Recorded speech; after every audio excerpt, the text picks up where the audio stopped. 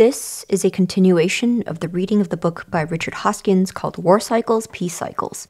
As this content is related to the broader scope of understanding macro and geopolitics, I felt this to be appropriate to include as part of the Interchain FM podcast. Enjoy. Chapter 7. The Crusades. The Arabs took Jerusalem. The more zealous of them abused Christian pilgrims, robbing, killing, and denying them access to the Holy Tomb. Their cry from the Holy Land had been heard.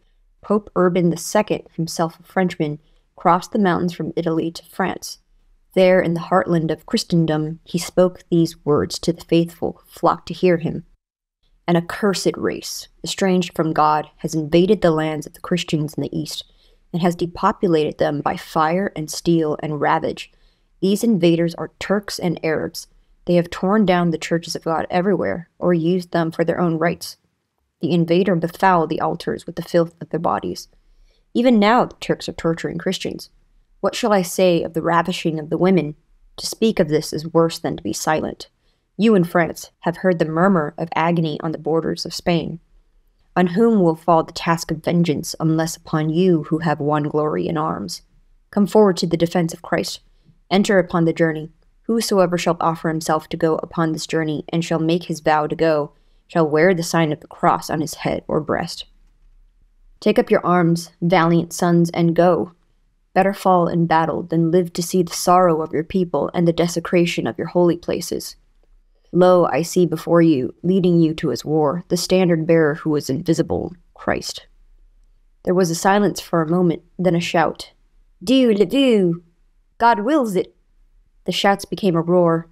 Steel whispered as hundreds of swords slipped from their sheaths. The Crusades had begun. Who is entitled to Palestine? Judeo-Christians, a cult unknown 60 years ago, have brought into question who is entitled to rule the Holy Land. This question our Crusader ancestors were quick to settle. The promise to Abraham in Genesis chapter 17, verse 8 states, I will give unto thee and to thy seed after thee all the land of Canaan for an everlasting possession. The question of knowing who the children of Israel are after a lapse of 1700 years was done by checking the promises and proofs contained in the Bible. Abraham had been promised that his descendants would be as many as the stars in the sky. That could include the Saracens and certainly the Christians, but not the Jews who have always been few in number. Israel was promised that they would be many nations. The Christians were many nations. The Saracens were eliminated since they recognized no nation but Islam. The Jews had no nation at all at the time of the Crusades, much less many. God said that Israel would bear my name. The Christians did. The Saracens and Jews did not. God said that no bastard, mixed breed, shall enter the congregation of God. Both Mohammedans and Jews were mixed breeds. True Westerners were and are the only purebred race in the world. The list of proofs is endless. Templar, Hospitaller, Teutonic Knights. The Christian cross of the Crusaders carried all before it, and a Christian kingdom was established in the Holy Land. The ensuing conflicts with the irate Muslims surrounding the Holy Land gave birth to 3 hardcore groups of fighters. These tough soldiers stood out from the rest of the Crusaders by being hardier, tougher, more devout than anyone else. They were the Knights Templar, Knights Hospitallers, and the Order of Teutonic Knights. The best known was the Order of Templars founded in Jerusalem in 1118 by 2 French knights. This order quickly gained recruits and fame. In fact, it gathered an immense following throughout Europe. This order in the beginning was a military police for the Holy Land, but quickly took its place in the battle line and as guards on the frontiers. To be a Knight of the Templars, you had to be of noble blood. You also had to give up all worldly possessions when you enlisted and become a pauper. The order was strict. Members were bound by vows of implicit obedience to their masters, ordered to keep silent at meals, and required to sleep in their clothes, to be instantly ready for combat. It was a celibate organization. Temptations of the world had little hold on these warrior priests. Their amusement was Bible study, training in arms and tactics, and lion hunting. This last pastime depleted the lion population of the Holy Land. If a hot-headed brother struck a blow against another brother, he was required to fast for 40 days. An argument was punished by having the offending parties eat together on the ground for a month. Anyone actually raising a weapon against a fellow Templar or deserting in battle was publicly humiliated by being driven from the order. These men were reasonably certain that they would die with their swords in their hands and be buried in the Holy Land. This did not deter the stream of volunteers. Hundreds appeared on the roads of Jerusalem, the white mantles with the red cross of the Templars, the black mantles with the white cross of the Hospitallers. They were the flower of the Christian armies. Fantastically brave, a Templar was never caught with his back to the enemy. Odds of 5-1 against them in the battlefield were usual, and their successes phenomenal. In 1125, at the Battle of Hazorth, King Baldwin lost 24 knights, while the Turks lost 2,000. Again, in 1191, at Jaffa, 2 crusaders were killed, along with 700 Turks. When, on rare occasions, knights of the order fell into the hands of their enemies, they were immediately slaughtered without mercy. The Mohammedan leader Saladin, who with overwhelming numbers achieved a victory over the Crusaders, went through the ranks of the captives, man by man, to search out every Templar and Hospitaller knight. He could have ransomed these men for large amounts, but he didn't. He had them cut into pieces in front of his army, every last one of them. In the eyes of the infidel, their blood was worth more than their money. Other Christians who, because of age or infirmity, couldn't go on the Crusades, could for the cause.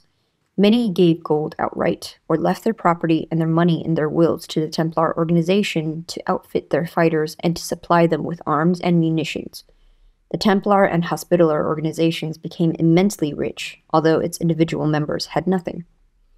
The Arabs despised the sign of the cross. To them, the cross meant crusader. Today, many Christians wear the cross as a sign that they are brothers in spirit to the Crusaders of old. The Red Cross signified Templars who came mainly from France, but who had chapters in every Christian nation. The White Cross signified the Hospitallers, who came mostly from Norman stock in southern Italy and from the northern countries. The Black Cross signified the Teutonic Knights from Germany. Fratricidal warfare in the Holy Land. The Templars and Hospitallers became the champions of the Christian West, the human wall that held back the fanatical hordes of Islam from the sacred tomb of Jesus. They also became rivals. This rivalry, spurred by competition and jealousy, caused them to commit the tragic sin of fighting each other. This violated the scripture about shedding Christian blood. Thou shalt not avenge, nor bear any grudge against the children of thy people. Leviticus chapter 19, verse 18. Support cooled from the devout. Through the years, Christian historians have pointed to this tragic event, Christians shedding Christian blood, as being the basic cause for the loss of the Holy Land. To compound their error in their strivings with each other, both organizations made allies of neighboring Saracens in order to gain advantage over their Christian brothers. This was a complete turnabout. In earlier crusades, the heathen inhabitants of Jerusalem and other cities and towns in Palestine were killed or driven away in obedience to the biblical demand.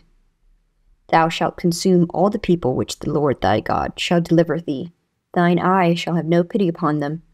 Neither shalt thou serve their gods, for that will be a snare unto thee. Deuteronomy chapter 7, verse 16. He that sacrificeth unto any god, save the Lord only, he shall be utterly destroyed. Exodus chapter 22, verse 20. Ye shall drive out all the inhabitants of the land from before you, and ye shall dispossess the inhabitants of the land, and dwell therein. For I have given you the land to possess it. But if ye will not drive out the inhabitants of the land from before you, then it shall come to pass that those which ye let remain of them shall be pricks in your eyes, and thorns in your sides, and shall vex you in the land wherein ye dwell. It shall come to pass that I shall do unto you as I thought to do unto them. Numbers chapter 33, verse 56. Ye shall make no league with the inhabitants of this land. Ye shall throw down their altars. Judges chapter 2, verse 2. These very strict commandments were given to Israel so that they would not mix with strangers and learn their ways. They were constantly reiterated by these warrior priests and were the reason the Crusaders were so unyielding and so firm in their dealings with the former Islamic inhabitants of the Holy Land. The first Crusader arrivals, however, refused to share their large estates conquered from the enemy with later arrivals. Ye shall divide the land by lot for an inheritance. The more inheritance, the fewer, the less. Numbers chapter 33, verse 54. This refusal to share the land caused most of the later arrivals to return home once the campaigning was done, causing a shortage of both workers and warriors. This need for workers for the new estates caused the Crusaders who remained to become tolerant of neighboring Muslims. These strangers became allies of one side or the other in the struggle between Templars and Hospitallers. The Muslims moved back into Christian Palestine and became thorns by encouraging the fratricidal Christian warfare.